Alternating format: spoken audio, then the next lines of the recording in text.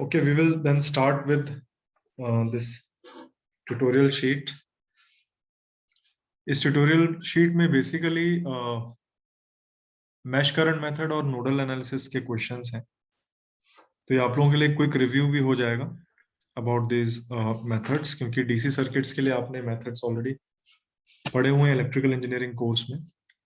So I'll take each problem one by one. और आप लोगों को कोई भी डाउट्स हो तो please feel free to ask. So I have shown the problem number 1 on the screen. I'll just read it out. A bridge network ABCD is arranged as follows. Resistance between terminals. So this is given, all the resistances. They are 10, 30, 15, 20 and 40 ohms. Circuit may be shown hai wo. A 4-volt battery of negligible internal resistance is connected between the terminals A and C. Determine the value and direction of the current in the 40 ohm resistor. Use mesh analysis method. तो आप यहाँ circuit में देखें कि जो distribution of currents है that is already given है. Okay, सारे करंट्स का जो डिस्ट्रीब्यूशन है वो यहाँ पर शोन है and you are required to calculate the current in this 40 ohm resistance. So the desired current which is to be calculated is I3. आप देखो यहाँ डिस्ट्रीब्यूशन शोन है. जंक्शन ए पर देखो I1 is outgoing, I2 is outgoing. और अगर आप third branch में अगर आप केसीएल लगाते हो तो दो जगह से करंट आउटगोइंग है, तो टोटल करंट जो आउटगोइंग है that is I1 plus I2. इसका मतलब I1 plus I2 should be incoming to the junction. So this I1 plus I2 is shown to be incoming to the junction, right. फिर junction B पर आप देखो I1 is incoming और I3 जो है ये एज्यूम्ड है which is going downwards. So I1 is incoming and I3 is outgoing. So remaining current is I1 minus I3, which should leave the junction, right? So ये outgoing arrow है and the current is I1 minus I3. Junction C पर आप देखो, so this current is I3. पहले D पर देख लेते हैं हम. D पर आप देखो कि एक ऊपर की तरफ से जो करंट आ रहा है that is I3 और एक leftwards जो करंट आ रहा है that is I2. So total incoming is current is I2 plus I3. And that should leave the junction. So this is outgoing and the value of the current is I2 plus I3. फिर junction C पर आप देखो, this is I1 minus I3 incoming है और एक I2 plus I3 incoming है. So total current इनका sum होगा. Minus I3 and plus I3 will get cancelled. Total current will be I1 plus I2 and that total current should leave the junction. So this current is leaving the junction. तो यहाँ पर current distribution given है और हमें ऐसा लगेगा कि हम यहाँ पर केवीएल अप्लाई कर लें and we can calculate I3. लेकिन यहाँ पर मेंशन क्या किया गया है that we should use mesh analysis method. ये जो करंट्स हमें शो किए गए हैं these are the branch currents, these are not the mesh currents, right. These are all the branch currents. So हमें ब्रांच करंट मेथड अप्लाई नहीं करना है, हमें मेश करंट मेथड अप्लाई करना है, right? So what we will do is we will redraw the circuit and then we will mark the mesh currents. Okay, so I am drawing the circuit again here without the branch currents. This junction A, B, C and D. There is a branch between B and D and there is a DC input between the terminals A and C. I'm also marking the resistances here.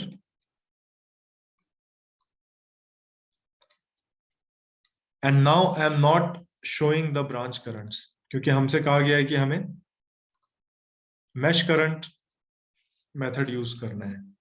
ठीक है. So mesh current method आपको याद होगा, अगर इस circuit का मैं सिर्फ टोपोलॉजी को देखूं तो ये मुझे इस तरह की दिखाई देगी,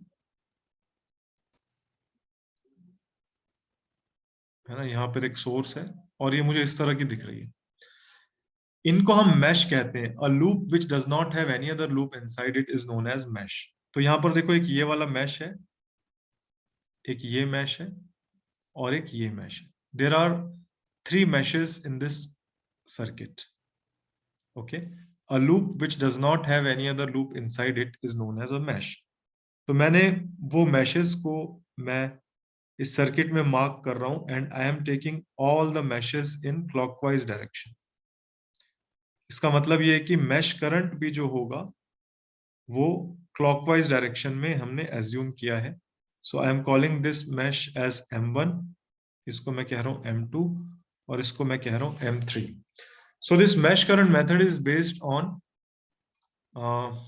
Ohm's law and Kirchhoff's voltage law, right? So हम क्या कर रहे हैं अब? I am applying KVL in mesh M1. So M1 mesh का जो करंट है उसको मैं स्मॉल I1 ले रहा हूँ, M2 mesh का जो करंट है उसको मैं स्मॉल I2 ले रहा हूँ, और M3 mesh का जो करंट है उसको मैं स्मॉल I3 ले रहा हूँ। ओके, जब हम मैश करंट मेथड अप्लाई करते हैं तो हमें बस ये देखना है कि जो ब्रांच बीच में आती है, दो मैशेस के बीच में जो कॉमन है, उस ब्रांच का करंट हमें उसी डायरेक्शन में लेना है जिस डायरेक्शन में हम ट्रेवल कर रहे हैं। Right, I had shared a video also जिसमें ये मेथड बहुत डिटेल में हमने डिस्कस किया था। तो आई am starting from point A,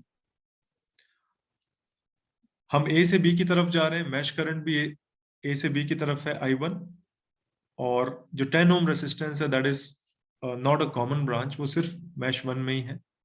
so current हमारी डायरेक्शन में, so I take it as +10 I1।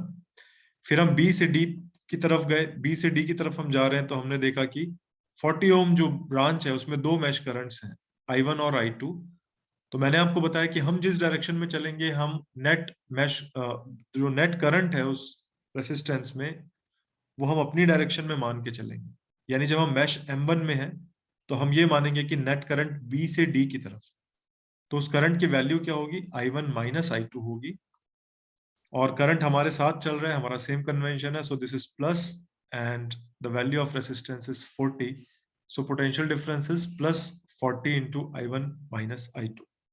फिर हम डी पर आ गए, डी से ए की तरफ जा रहे हैं। Again this branch 20 ohms is common to the meshes M1 and M3, right. और अगेन हम ये मानेंगे कि करंट हमारे साथ वाली डायरेक्शन में चल रहा है, सो दिस इज +20, और करंट की वैल्यू होगी I1 माइनस I3। और हम स्टार्ट किया था हमने जंक्शन ए से, and we are back to it, so this sum should be equal to 0। This is the first equation. इस इक्वेशन में अगर किसी को डाउट हो तो प्लीज आस्क।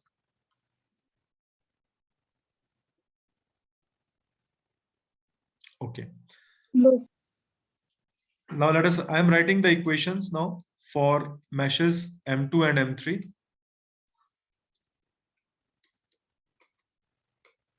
और इन इक्वेशंस में अगर कोई डाउट होगी तो आप पूछेगा। KVL I am writing in M2, I am starting from junction B. So this equation is +30 I2 +15 I2 minus I3 +40 I2 minus I1, and this equals 0. This is the second equation. Mesh M3 के लिए I am starting from junction C. So I see a rise in potential, minus sign, value of potential difference is 4 volts, so this is -4. फिर 20 ohms के लिए current हम अपनी direction में ले रहे हैं, so this will be +20, and the value of current will be I3 minus I1. फिर हम D पर आ गए, D से C पर जाएंगे।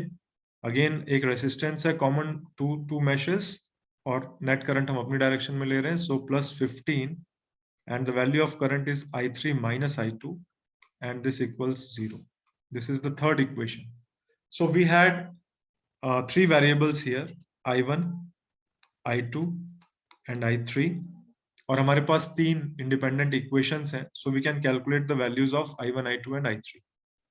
लेकिन हमसे पूछा गया था करंट 40 ohms का, और उसकी डायरेक्शन पूछी गई थी। तो once we calculate I1, I2, I3, जो हम ये देखेंगे कि 40 ohms रेसिस्टेंस में जो करंट होगा that will be the difference between I1 and I2। तो अगर I1 माइनस I2 की वैल्यू पॉजिटिव आएगी, इसका मतलब करंट की डायरेक्शन जो है वो B से D की तरफ है। अगर I1 माइनस I2 की वैल्यू नेगेटिव आएगी, इसका मतलब एक्चुअल करंट जो है I1 माइनस I2 है, और उसकी जो डायरेक्शन होगी फिर वो D से B की तरफ होगी।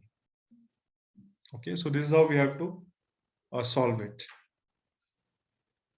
इन इक्वेशंस में अगर किसी को डाउट है तो please ask, otherwise will move to the next question. Sir तीसरे क्वेश्चन में जो 20 इंटू I3 माइनस I1 कैसे आया? I2 नहीं आना था इसके जगह। इक्वेशन 3 में yes sir. 20 into I3 minus I1, right? Yes sir. Okay, कोई स्टूडेंट बताएंगे कि I2 क्यों नहीं लिया हमने यहाँ पर? सर बिकॉज इसमें M1 मैश। गुड। देखो ये 20 ओम जो रेसिस्ट, ये देखो, ये यहाँ मत देखो आप, you don't look at this. आप इस Okay. फिगर को तो नहीं देख रहे हो ना? No sir. Okay, this I2 is different, right?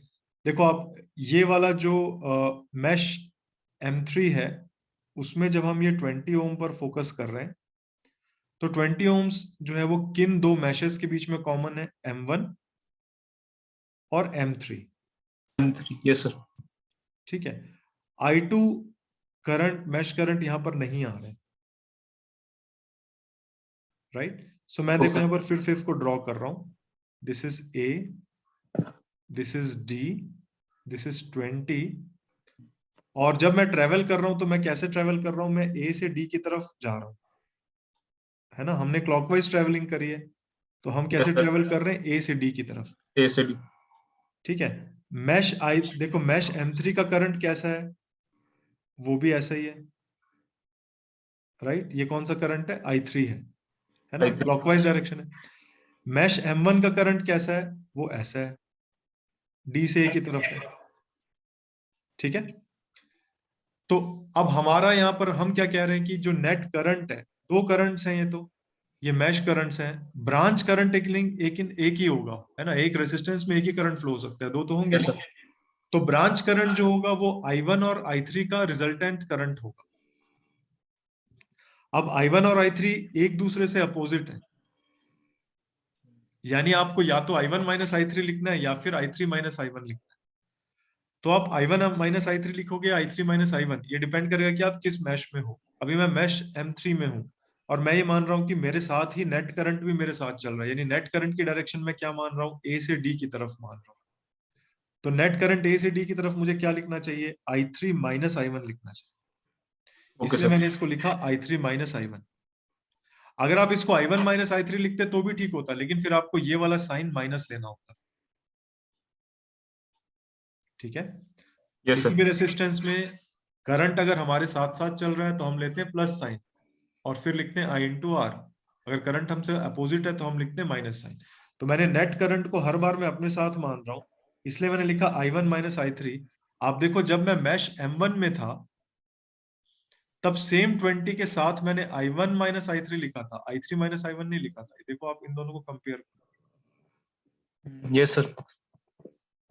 ठीक है, ये कन्वेंशन है बस फॉर सिंप्लिसिटी, एंड इससे कभी गलती नहीं होगी कोई, कि आप सारे मैशेस में जो डायरेक्शंस है मैश करंट्स की उनको क्लॉकवाइज ले लो, और हर बार जिस भी रेसिस्टेंस में आप ये मान के चल लो कि जो करंट है, नेट करंट, वो आप ही की डायरेक्शन में है। Yes, sir. Is it clear to you? Yeah. Yes, sir. Okay,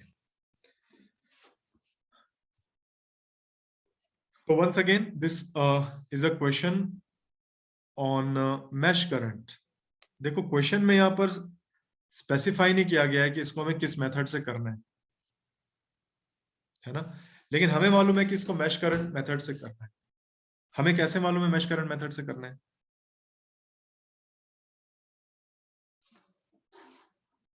आप सर्किट डायग्राम को देख के फिगर आउट कर सकते हो कि इसको किस मेथड से करना है।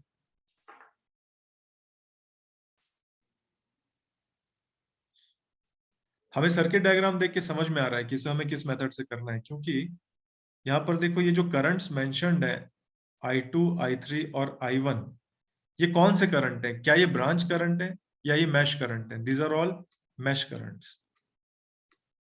These are not branch currents. अगर ये ब्रांच करंट होते तो वो यहां पर लिखे होते, और भी फिर वो प्रॉपर डिवीजन होता है, I2 माइनस I3 या I1 प्लस I3 को डिवीजन होता है।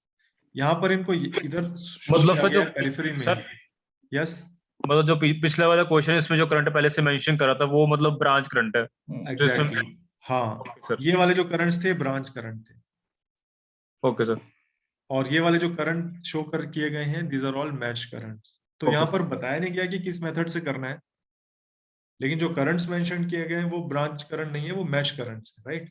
और यहाँ पर देखो सारी क्लॉकवाइज डायरेक्शन में है, so I can straight away I can write the equations. Okay, so I am writing KVL in mesh 1, right? मैं mesh 1 में लिख रहा हूँ, और मैं ये जो क्रॉस बनाया मैंने, मैं यहाँ से स्टार्ट कर रहा हूँ। किसी को भी कोई डाउट होगा तो प्लीज पूछना।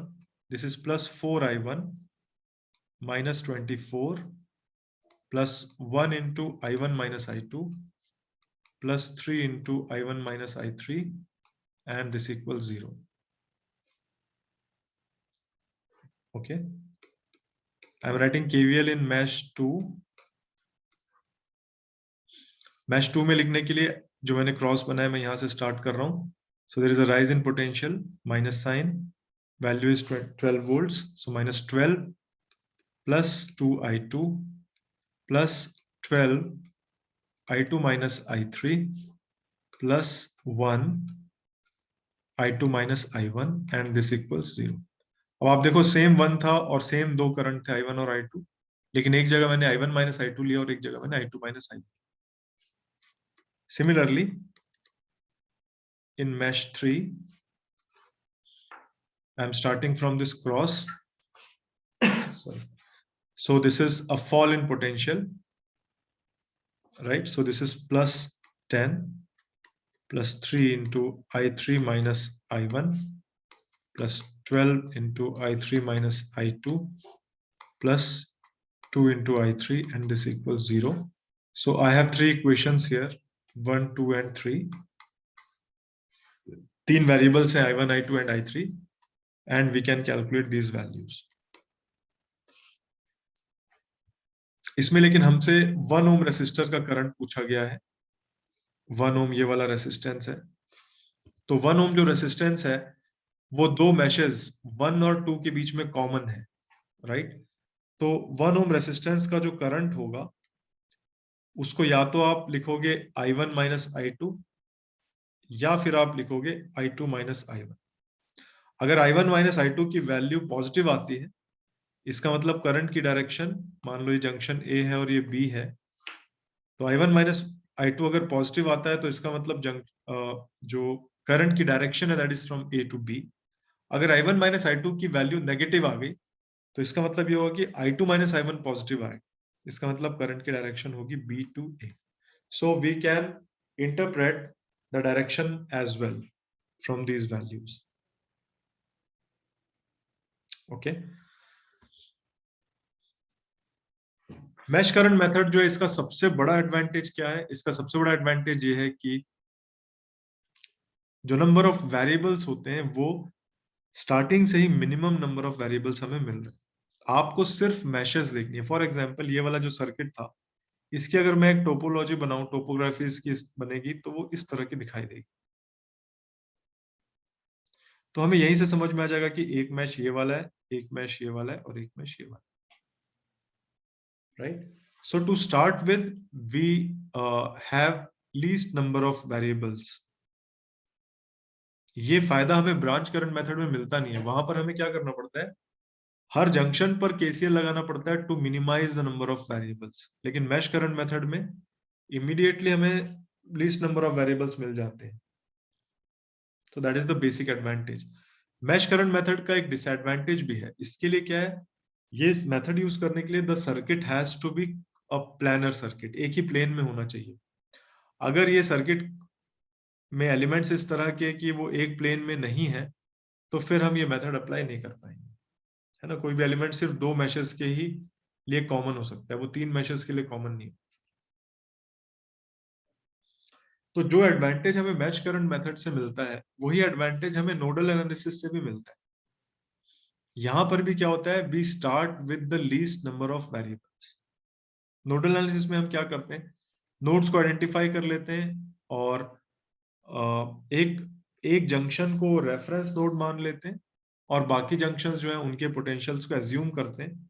फिर हम क्या करते हैं, we apply KCL and Ohm's law to find out the potentials at different points with reference to the your reference.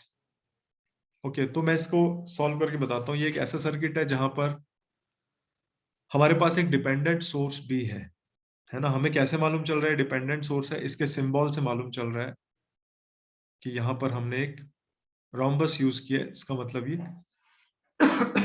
ये एक डिपेंडेंट सोर्स है। ये वोल्टेज सोर्स है या करंट सोर्स है, हमें कैसे मालूम चलेगा, प्लस लिखा हुआ है और माइनस लिखा हुआ है, यानी कि ये पोलैरिटी को शो कर रहा है। तो ये वाली जो पोलैरिटी है इससे हमें पता चल रहा है कि ये एक वोल्टेज सोर्स है। साइन से हमें पता चल रहा है कि ये एक डिपेंडेंट वोल्टेज सोर्स है। अब हमें सिर्फ ये पता करना है कि ये वोल्टेज सोर्स किस पर डिपेंडेंट है, ये करंट पर डिपेंडेंट है या वोल्टेज पर डिपेंडेंट है। तो उसके लिए हम क्या करेंगे, उसके लिए हम क्या करेंगे, इसके साथ जो स्पेसिफाइड वैल्यू है वो देखेंगे। This specified value is 2i। फिर हम इस सर्किट में ढूंढेंगे कि i कहां पर है। तो ये जो 2 रेजिस्टेंस है इसके करंट को i कहा जा रहा है। So this is a current, इसका मतलब कि ये एक करंट डिपेंडेंट वोल्टेज सोर्स, ठीक है। ये जंक्शंस x और y हमें बताए गए हैं and this current is i1 और हमसे पूछा जा रहा है कि find out these values i1 and i2, sorry i and i1। सो इसको हम सॉल्व करते हैं। तो इसको सॉल्व करने के लिए I will redraw this circuit and then I'll select one junction जिसमें maximum number of voltage sources connected हो डायरेक्टली, उसको हम एक रेफरेंस नोड की तरह चूज करेंगे। ओके सो ये वाला जो जंक्शन है आई एम कॉलिंग इट ए। इस जंक्शन से देखो 3 ब्रांचेस कनेक्टेड है। एक ये वाली ब्रांच है जिसमें ये करंट डिपेंडेंट वोल्टेज सोर्स है, दिस वैल्यू इज 2i। एक ये वाली ब्रांच है जिससे 2 ohm रेसिस्टेंस कनेक्टेड है and this junction is called here as x। एक ये वाला ब्रांच है जिसमें एक वोल्टेज सोर्स कनेक्टेड है ऑफ 8 वोल्ट्स, राइट। तो ये जंक्शन एक का कनेक्शन हो गए। अब 2 जंक्शन और है x और y। यहाँ पर देखो कोई एलिमेंट नहीं है बीच में, यानी कि कुल मिला के ये पूरा एक ही जंक्शन है, ठीक है। तो ये जो y जंक्शन है वो मैं इस तरह से ड्रॉ कर रहा हूं। So between x and y there is a resistance of 1 ohm और इसी करंट को i1 कहा जा रहा है। ये वाला जो जंक्शन है y, आप देखो ये 2 ohm डायरेक्टली y पर कनेक्टेड है। So this 2 ohm I am directly connecting it to y, right. ये जो 1 एम्पियर का करंट सोर्स है, इंडिपेंडेंट करंट सोर्स, वो भी y पर कनेक्टेड है directly. This is connected between x and y। सो मैंने ये भी यहां पर ऐसे कनेक्ट कर लिया। ये करंट के लिए एरो इस तरह का है and this is connected to y. So this current is 1 amps. फिर हम एक ये वाला जंक्शन लेते हैं, let us call this junction as B। इस B जंक्शन पर 3 अलग अलग एलिमेंट्स कनेक्टेड हैं। एक 8 वोल्ट का सोर्स है, so this is connected here, this resistance of 2 ohms और इस करंट को I कहा गया यहाँ पर, और एक रेसिस्टेंस है 4 ohms which is connected between B and Y। तो हमारे लिए अब यहाँ पर जो वैल्यूज कैलकुलेट करनी है वो हमें I1 और I की वैल्यूज कैलकुलेट करनी है। हम हमेशा याद रखें कि नोडल एनालिसिस में हमें रेफरेंस नोड उस नोड को लेना चाहिए जहां पर सबसे ज्यादा number of voltage source connected हो directly. For example junction A, junction A में देखो 8 वोल्ट भी डायरेक्टली कनेक्टेड है और 2i भी डायरेक्टली कनेक्टेड है ना। इसलिए मैंने शुरू में देख लिया था कि ये कौन सा सोर्स है, वोल्टेज सोर्स है या करंट सोर्स। तो एक वोल्टेज सोर्स है। तो मैंने क्या कहा कि ये जो जंक्शन ए है this is the reference node. Reference node का मतलब ये होता है कि इसके पोटेंशियल को मैंने अज्यूम कर लिया 0 वोल्ट। अगर ये पोटेंशियल 0 वोल्ट होगा तो ये पोटेंशियल कितना होगा, -8 वोल्ट होना चाहिए, है ना, क्योंकि ये एक बैटरी है जिसका पोटेंशियल डिफरेंस 8 वोल्ट का है। तो ये लोअर पोटेंशियल टर्मिनल की वैल्यू कितनी होनी चाहिए, अगर हायर पोटेंशियल टर्मिनल 0 वोल्ट है तो lower potential terminal should be -8 volt, which means that, क्योंकि ये देखो यहाँ बीच में कोई एलिमेंट कनेक्टेड नहीं है, इसका मतलब ये वाला जो पोटेंशियल है बी का, ये किसके बराबर है, -8 वोल्ट के बराबर। ठीक है, इसी तरह से आप देखो, अगर ए को आपने 0 वोल्ट लिया था तो ये वाला पोटेंशियल जो होगा इसकी वैल्यू होगी +2i1, है ना, क्योंकि ये एक वोल्टेज सोर्स है। इस वोल्टेज सोर्स का लोअर पोटेंशियल वैल्यू कितनी है, 0 वोल्ट से, देखो यहाँ डायरेक्टली कनेक्टेड है। तो हायर पोटेंशियल टर्मिनल की पोटेंशियल कितना होना चाहिए, इस पोटेंशियल डिफरेंस के बराबर होना चाहिए, प्लस साइन के साथ, सो दिस इज +2i। तो ये वाला पोटेंशियल भी आपको पता चल गया। आपको क्या नहीं पता है, आपको ये वाला पोटेंशियल नहीं पता है x का, तो मैंने उसको एज्यूम कर लिया vx। आपको y का पोटेंशियल भी नहीं पता है, तो मैंने इसको एज्यूम कर लिया vy। ठीक है, तो अब हम क्या करेंगे, इसमें KCL अप्लाई करेंगे at nodes x and y। हमारे पास यहाँ पर कितने वेरिएबल्स हैं, हमारे पास यहाँ पर 3 वेरिएबल्स हैं, vx है, vy है, जो कि पोटेंशियल्स हैं विद रिस्पेक्ट टू a, और हमारे पास एक और वेरिएबल है i, जिसकी वैल्यू हमें कैलकुलेट करनी है, but it is dependent on either vx और vy। तो इंडिपेंडेंट जो वेरिएबल्स हैं जो हमें कैलकुलेट करने, वो सिर्फ 2 है, vx एंड vy। अब देखो इस सर्किट, ये जो नोडल एनालिसिस है, इसको हम अप्लाई कैसे करते हैं, मान लो ये एक ब्रांच है, ये एक ब्रांच है, और ये एक ब्रांच है, ये है जंक्शन ए। ठीक है, मैंने आपको बताया कि this method is based on KCL and Ohm's law. KCL क्या कहता है, algebraic sum of at currents at any junction is 0। तो हम क्या करते हैं, जिस भी जंक्शन पर हम खड़े हैं, हम ये मान लेते हैं कि उस जंक्शन से सारे करंट बाहर की तरफ जा रहे हैं। ऐसा मार्क नहीं करेंगे अपन, पर वही अंडरस्टूड रहेगा हमारे लिए। हम ये मान रहे हैं कि सारे करंट बाहर की तरफ जा रहे हैं। मान लो एक करंट है I1, एक करंट है I2 और एक करंट है I3। तो एज पर KCL क्या होना चाहिए, आउटगोइंग है, यानी कि -I1 plus -I2 plus -I3 is 0। इसका मतलब I1 plus I2 plus I3 is 0। तो आप जहां पर खड़े हो किसी भी जंक्शन पे, आप सारे करंट्स को आउटगोइंग मान लो, और उनका सम जो है उसको कितना कर दो, 0 कर। अब कई बार ये करंट की वैल्यू आपको डायरेक्टली मालूम होगी, फॉर एग्जांपल 1 एम्पियर आपको डायरेक्टली पता है। कई बार आपको करंट की वैल्यू पता नहीं होगी। क्यों नहीं पता होगी, क्योंकि रेसिस्टेंस होगा। तो रेसिस्टेंस अगर होगा तो आप क्या करोगे, ओम्स लॉ लगा दोगे। ओम्स लॉ क्या कहता है, ओम्स लॉ कहता है कि जो करंट होगा that will be proportional to the potential difference. हमें वो फॉर्मूला पता है, V equal to IR। V क्या चीज है, पोटेंशियल डिफरेंस। तो अगर करंट A से B की तरफ जा रहा है तो I can write this current as VA minus VB by R। और अगर करंट B से A की तरफ जा रहा है तो I write it as VB minus VA by R। That's it, बस इतना ही करना है। तो हमारे पास दो जंक्शंस हैं यहाँ पर, जिसमें हमें ये वाली इक्वेशन लिखनी है, right. So I am writing KCL at junction X। तो देखो उसके लिए मैंने क्या किया, मैं इस जंक्शन X पर आकर खड़ा हूं, मुझे करंट मार्क करने की जरूरत नहीं है। मैं क्या करूंगा, सब करंट्स को आउटगोइंग मान लूंगा। ठीक है, तो सबसे पहले 2 ओम वाले करंट को देखो, आउटगोइंग माना है, मतलब कैसा जा रहा है, ये राइट साइड वाले जंक्शन X से लेफ्ट साइड वाले जंक्शन A की तरफ।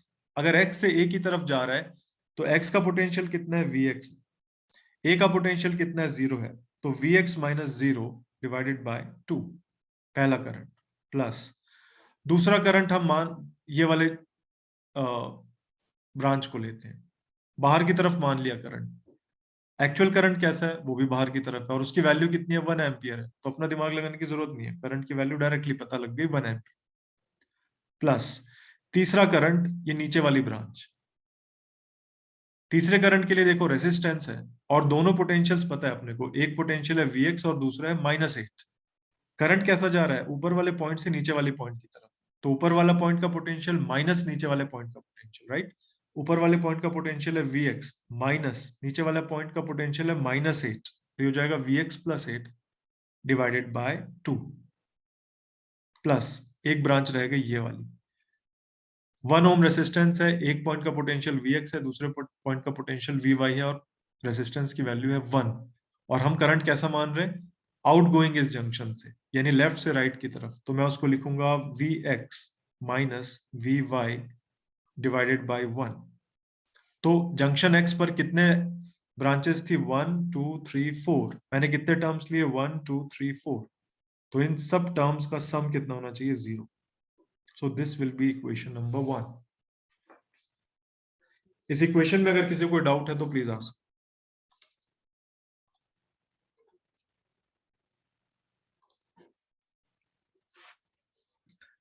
ठीक है, उसके बाद I am writing KCL at junction Y। Junction Y से देखो कितनी ब्रांचेस कनेक्टेड है, 1 2 3 4। तो मैं यहां पर आकर खड़ा हो गया, सारे करंट्स को मैंने मान लिया आउटगोइंग। तो सबसे पहले ऊपर वाला करंट, ये वाला करंट कौन सा है, ये वाला करंट है जो इस 2 ओम रेसिस्टेंस में फ्लो हो रहा है। कैसे फ्लो हो रहा है 2 ओम रेसिस्टेंस में, राइट से लेफ्ट की तरफ। राइट वाला पोटेंशियल कितना है, Vy है, लेफ्ट वाला पोटेंशियल कितना है, +2i1 है। तो करंट की वैल्यू क्या होगी, Vy minus 2i1 divided by 2। ये इस ब्रांच का करंट हो गया। प्लस सेकेंड ब्रांच, मैंने आउटगोइंग एज्यूम किया करंट, लेकिन करंट एक्चुअली में कैसा है, इनकमिंग है, और कितना है, 1 एम्पियर। तो मैंने आउटगोइंग एज्यूम किया था, लेकिन करंट अपोजिट है, इसलिए मैं लिखूंगा माइनस, और वैल्यू है करंट की 1। प्लस थर्ड ब्रांच देखो, 1 ओम है, मैं यहां पर खड़ा हूं तो मैंने करंट को आउटगोइंग एज्यूम किया, तो I write it as Vy minus Vx by 1। Plus मैं Y पर खड़ा हूं तो ये करंट को मैं आउटगोइंग मान रहा हूं, और ये रेसिस्टेंस के दोनों पोटेंशियल्स मुझे पता है, इस पॉइंट का पोटेंशियल है Vx और इस पॉइंट का पोटेंशियल है -8। तो ये होगा Vx माइनस -8, यानी कि Vx + 8 हो जाएगा डिवाइडेड बाय 4। 4 ब्रांचेस कनेक्टेड थी, 4 टर्म्स हो गए, this should be equal to 0। This is the second equation. हमारे पास कितने वेरिएबल्स हैं, 3 वेरिएबल्स हैं, Vx Vy और I। देखो यहाँ पर Vx आ गया इक्वेशन में, Vy आ गया है, यहाँ पर I भी आया है।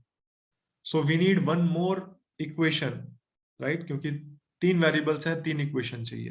तो वो रिलेशन हमें यहां से मिल रहा है, क्योंकि I तो यहीं पर है।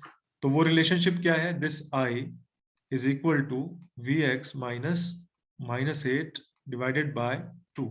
This is the third equation. तो तीनों इक्वेशंस को जब हम सॉल्व करेंगे तो we will get the values of Vx Vy and I, और ये हमें पता लग जाएगा। तो हमसे पूछा गया था I, तो वो तो डायरेक्टली हमें पता लग जाएगा, और I1 भी हमें पता लग जाएगा, because I1 is equal to Vx minus Vy by 1। So this is how we will solve it. इसमें कोई डाउट हो तो please ask. Have a look at the equations. If you have any doubt at the equations, please ask. सार्थक, कोई doubt है आपको? Anjali, is it clear to you? Yes, sir. Okay, good. Gaurav? Yes, sir. Good. हमारे लिए nodal analysis एक बहुत important method है। Most of the software जो हम यूज करते हैं for circuit analysis, they work on nodal analysis, है ना। तो जो एक बेसिक डिसएडवांटेज हमने मैश करंट मेथड में देखा कि it is not applicable to circuits which are not planar circuits, वो डिसएडवांटेज यहाँ पर नहीं है।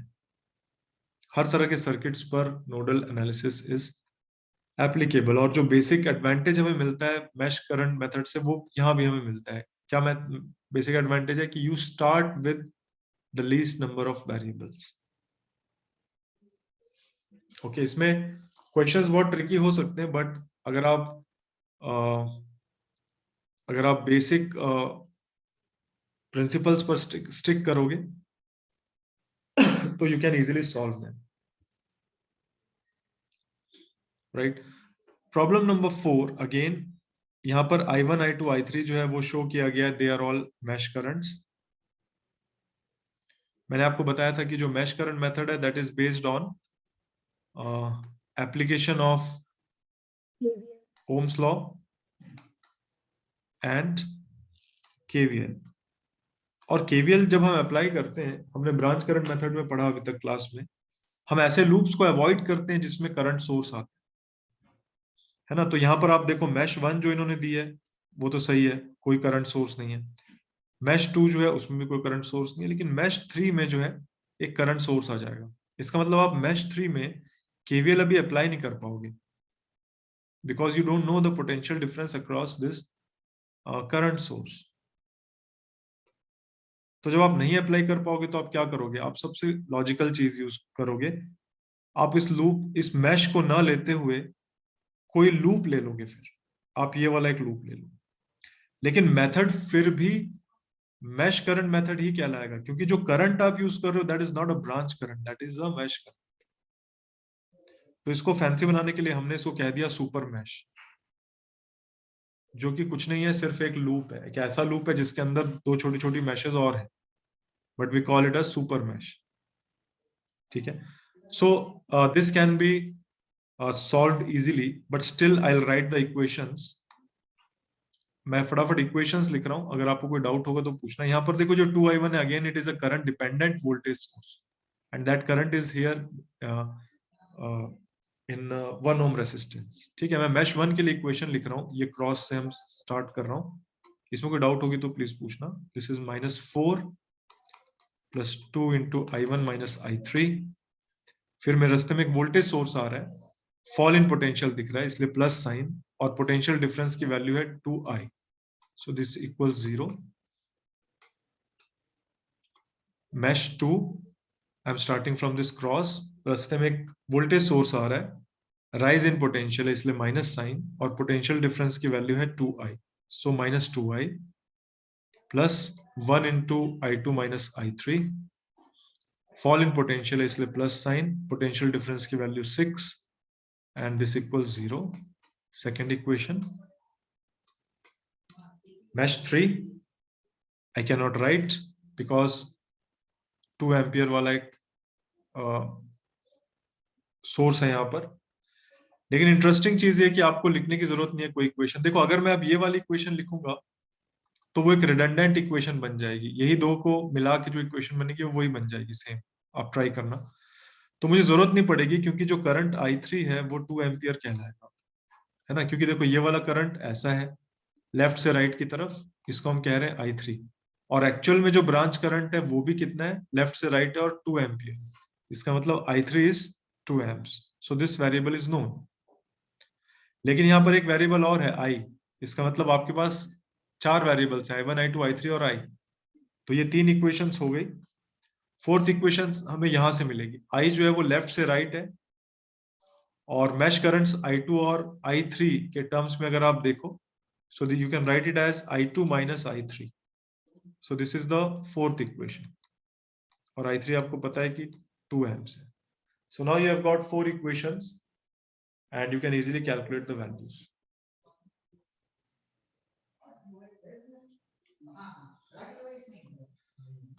I'm going to the last question. ये मैं यहाँ तक आना चाह रहा था because this will involve lot of application of the basic principles. तो यहाँ पर हमें कहा गया कि use nodal analysis, find the battery currents. Battery currents मतलब इसका जो करंट है, इसमें जो करंट फ्लो है और इसमें जो current flow, we have to calculate 3 currents here. मैंने आपसे कहा था कि नोडल एनालिसिस में जब आप जंक्शंस आइडेंटिफाई कर लो, मान लो ये जंक्शन है ए, ये है बी और ये है सी, तो इन तीनों में से एक ऐसे जंक्शन को रेफरेंस लेना है जिसमें सबसे ज्यादा number of voltage sources directly connected है ना। तो सी से कोई वोल्टेज सोर्स डायरेक्टली कनेक्टेड नहीं है, बी से भी कोई डायरेक्टली कनेक्टेड नहीं है, सिर्फ ए एक ऐसा जंक्शन है जिससे एक वोल्टेज सोर्स डायरेक्टली कनेक्टेड है। तो हम ए जंक्शन को अपना रेफरेंस नोड लेंगे। अब देखो ए और सी के बीच में ये एक पूरी ब्रांच है। ब्रांच का मतलब क्या होता है, ब्रांच का मतलब ये होता है कि उसमें एक ही करंट फ्लो हो रहा है, करंट कहीं डिवाइड नहीं हो सकता, है ना। इसीलिए हम सिर्फ जंक्शंस को ही मैंने मार्क किया है, मैंने बाकी नोड्स को मार्क नहीं किया है। तो मान लो कोई करंट ए से सी की तरफ इस इस तरह से जा रहा है, तो ये 2 ओम में जो करंट जाएगा वही वाला करंट 5 वोल्ट्स में भी जाएगा और वही वाला करंट ये नीचे वाले 2 ओम्स में भी जाएगा।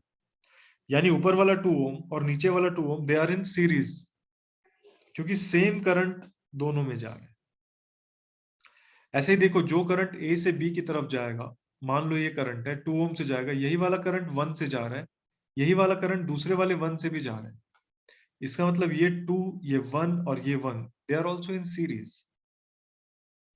इसी तरह से थर्ड ब्रांच देखो, मान लो कोई करंट है बी से सी की तरफ, तो जो करंट 2 ओम से निकला होकर जा रहा है वही 5 वोल्ट से भी जा रहा है और वो नीचे वाले 2 ओम से भी जा रहा है, यानी कि ये 2 ओम और ये 2 ओम भी सीरीज में है।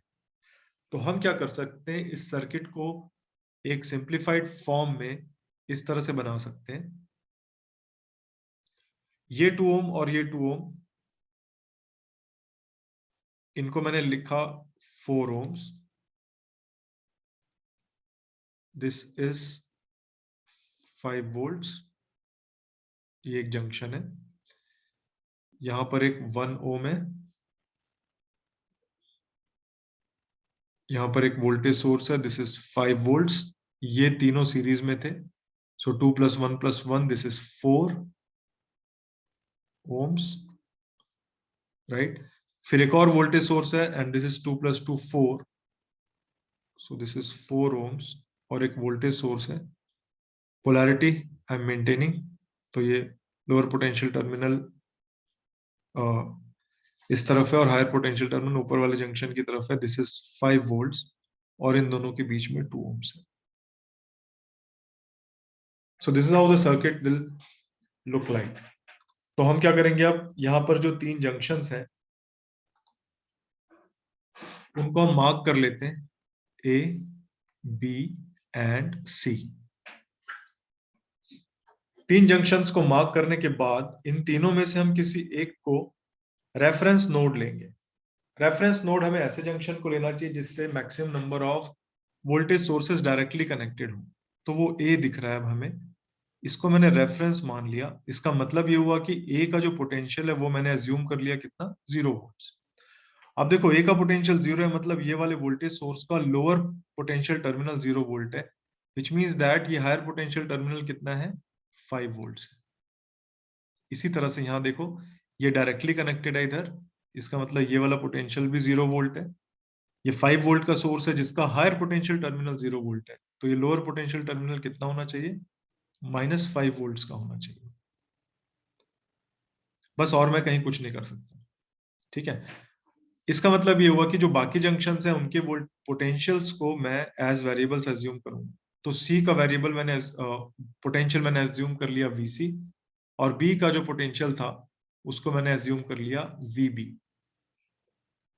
ठीक है। अब देखो, अगर बी का पोटेंशियल वीबी है और वीबी से डायरेक्टली एक वोल्टेज सोर्स कनेक्टेड है, तो ये हायर पोटेंशियल टर्मिनल अगर वीबी है तो लोअर पोटेंशियल टर्मिनल कितना होना चाहिए।